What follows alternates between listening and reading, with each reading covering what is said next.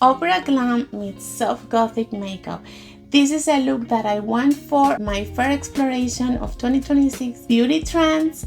And if you want to see how I created this look, this wine berry look for Valentine's Day, stay tuned. Hi, hello, my name is Valentina. I'm a professional makeup artist based on Vancouver, and in today's video I want to show you how I took two trends from the 2026 trend reports, which were opera and glam and soft gothic, and mix them together into this Valentine's Day inspired look.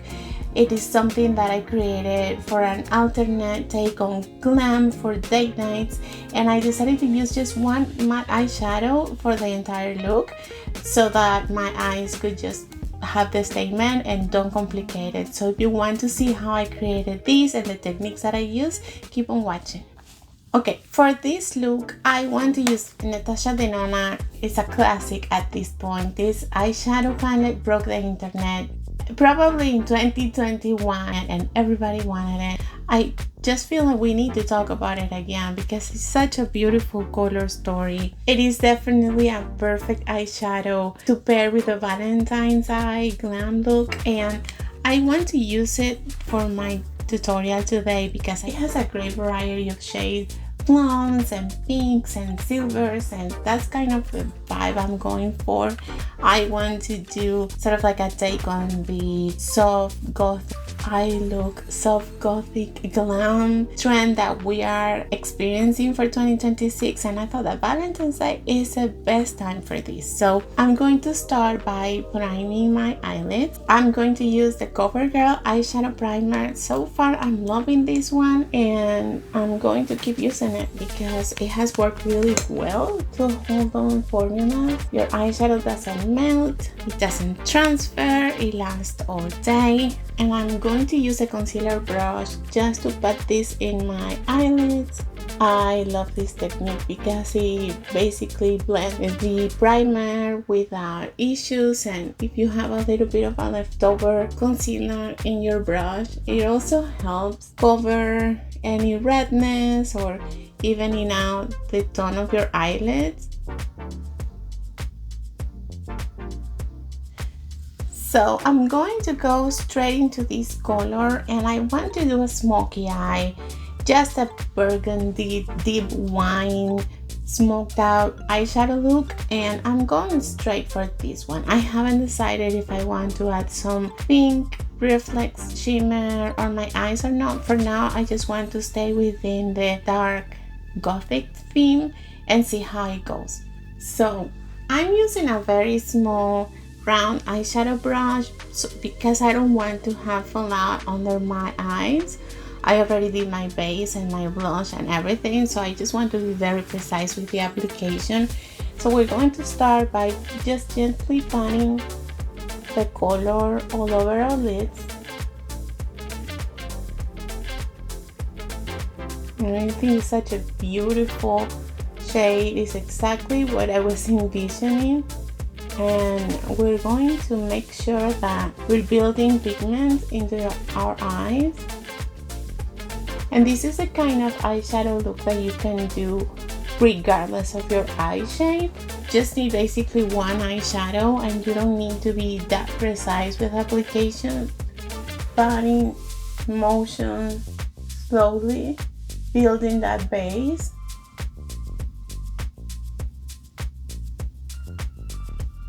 I feel like I said soft gothic glam, but this is like a very intense eyeshadow. This is definitely a gothic look, not a soft gothic.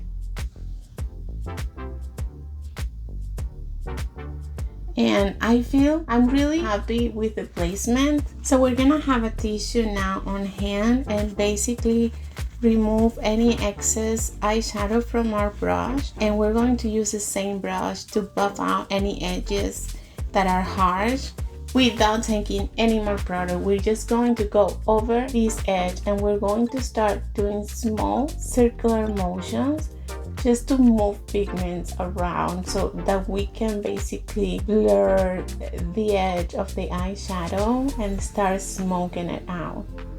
gently moving that pigment is what's gonna help you have a really soft diffused smoky eye. And you can add extra colors later if you want to, but for now we're just starting to build up the look. Also notice that I didn't put the eyeshadow directly in my inner corner when it was a full pigment, because you run the risk of adding way too much in the outer corner and then cleaning that up is gonna be hard. So just moving what you have in your lid towards the inner corner, it's going to be enough for the look that we're going for.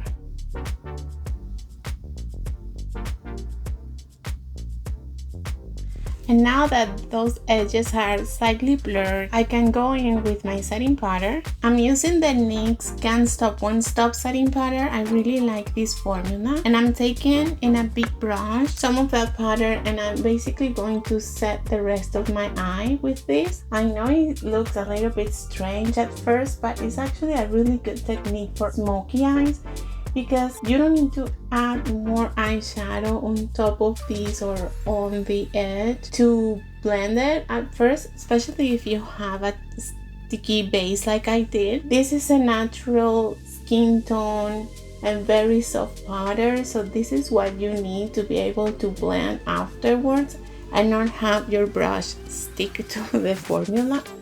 The reason why I don't like to use eyeshadows to blend out the edges immediately is because eyeshadows have way more pigment, because it's a very strong eye look, and you are in a stage of your look where you need to see how much pigment your eyes can actually hold visually without making them extremely heavy, so that you can just have a statement instead of just have a look that turns a bit muddy, which it can happen sometimes. I'm going to use this shade over here just to add a little bit of a diffuse, sort of like a small out into my look. And this is another matte eyeshadow formula, and just softly here.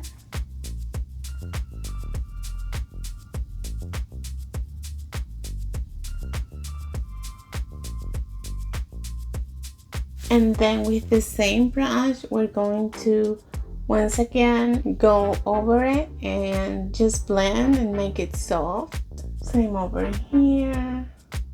I feel really happy with how this is looking.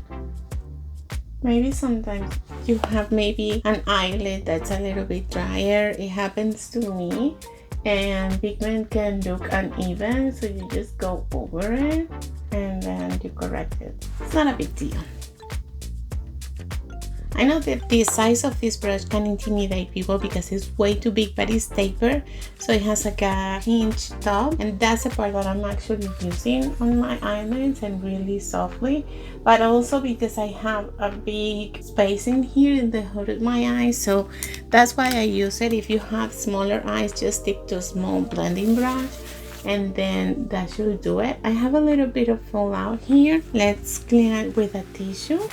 For this look, I want to use a wine color eye pencil. This is from the Sephora collection. It is a 12-hour long wear wine gel liner, and I'm going to go straight into my waterline.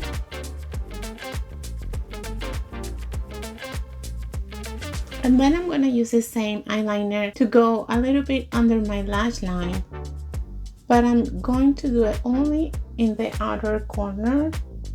And I think that it looks so beautifully. Grab the same small brush. Don't pick up more product. You just want to smudge this a little bit.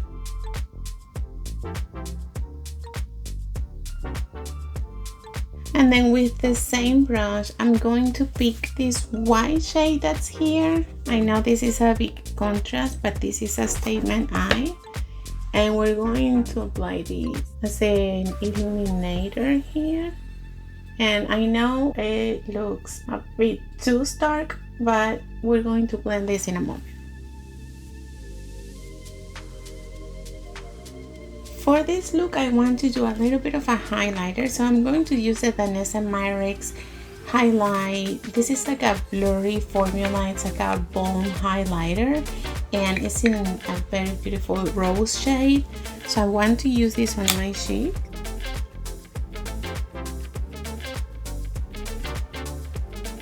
I feel like I started going for like a gothic, soft gothic look by trying to think of the trends of the year.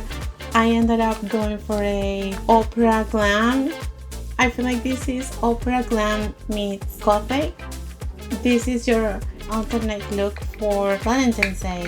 Let's do a little bit of radiant spray, just a tiny bit. And now lots of mascara.